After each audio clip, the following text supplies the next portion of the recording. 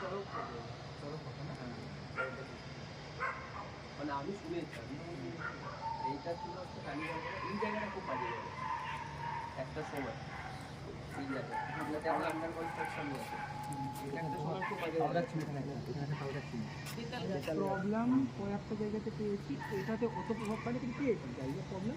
ওই তোমার রুমের জানলাটা ওই দিকে পেয়েছি, এখান দিকে পেয়েছি, ওই দিকটা যে আপনার বেলকুনি ওটাতে, আর এই দিকে ফোনটা, এই তিনটে প্রবলেম পেয়েছেন। সেটাকে গা ভারী হয়ে যেটা আমি ফিল করি, এখান থেকে কাজকে কাটা হয়, ওখানে প্রবলেম আছে। ওখানে একটা মহিলা টাইপের